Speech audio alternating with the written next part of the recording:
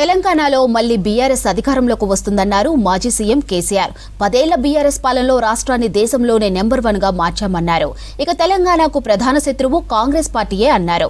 మేనిఫెస్టోలో పెట్టిన అన్ని హామీలు అమలు చేసేదాకా కాంగ్రెస్ ను వెదలపెట్టుకోమన్నారు బీఆర్ఎస్ నేతలు.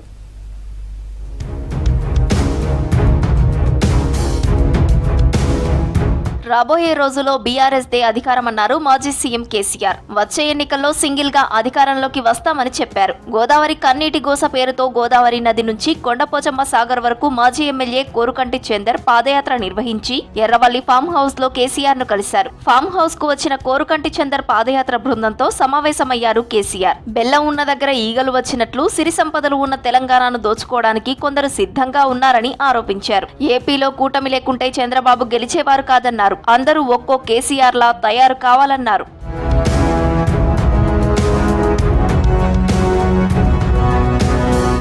చెన్నైలోని నివాసంలో మాజీ గవర్నర్ నరసింహన్ దంపతులను కలిశారు BRS working president KTR. Narasimhan దంపతులను శాలువాతో సత్కరించి యాదాద్రి లక్ష్మీ నరసింహస్వామి విగ్రహాన్ని బహుకరించారు. తర్వాత నరసింహన్ దంపతుల యోగక్షేమాలు తెలుసుకున్నారు కేటీఆర్. గత బీఆర్ఎస్ ప్రభుత్వ హయాంలో గవర్నర్ గా నరసింహన్ చేసిన సేవలను గుర్తు చేసుకున్నారు బీఆర్ఎస్ నేతలు.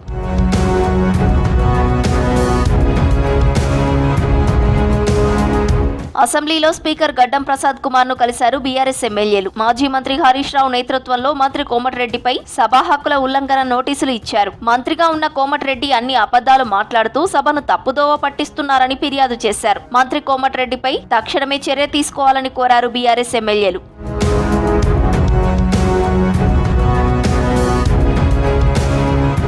కాంగ్రెస్ తన మేనిఫెస్టోలో పెట్టిన అన్ని హామీలు అమలు చేసేదాకా వదిలిపెట్టబోమన్నారు మాజీ మంత్రి BRS MLA Harish Rao. Auto డ్రైవర్ల సమస్యలపై తప్పకుండా అసెంబ్లీలో మాట్లాడతారని చెప్పారు. హరీష్ రావుతో భేటీ అయ్యారు ఆటో యూనియన్ నాయకులు. తమ సమస్యలపై అసెంబ్లీలో చర్చించాలని కోరారు. ఆత్మహత్యలు పరిష్కారం కాదని, బీఆర్ఎస్ పార్టీ ఎల్లప్పుడూ ఆటో డ్రైవర్లకు అండగా ఉంటుందని ధైర్యం చెప్పారు హరీష్.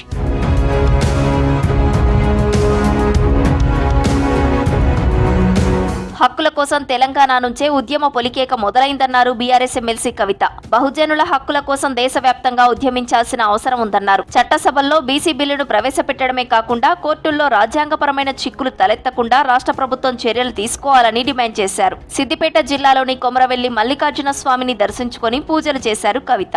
ఎప్పుడైతే ఈ బిల్లులు అసెంబ్లీలో మండలిలో మన రాష్ట్రంలో పాస్ అవుతాయో ఆనాడు కొమరవెల్లి మల్లన్న దగ్గరికి వచ్చి దర్శనం చేసుకుంటామని మొక్కుకోవడం జరిగింది. ఇవాళ మొక్కు చెల్లించుకోవడం కోసమని మరి యునైటెడ్ పూలే ప్రింట్ నాయకులు, తెలంగాణ జాగృతి నాయకులు అందరూ కూడా ఇక్కడికి రావడం జరిగింది. మరి బీఆర్ఎస్ పార్టీ నాయకులు రాష్ట్ర వ్యాప్తంగా బిల్లు సాధనలో వెన్నుదన్నుగా నిలిచినటువంటి వారందరూ కూడా వచ్చి ఇక్కడ దర్శనం చేసుకోవడం జరిగింది.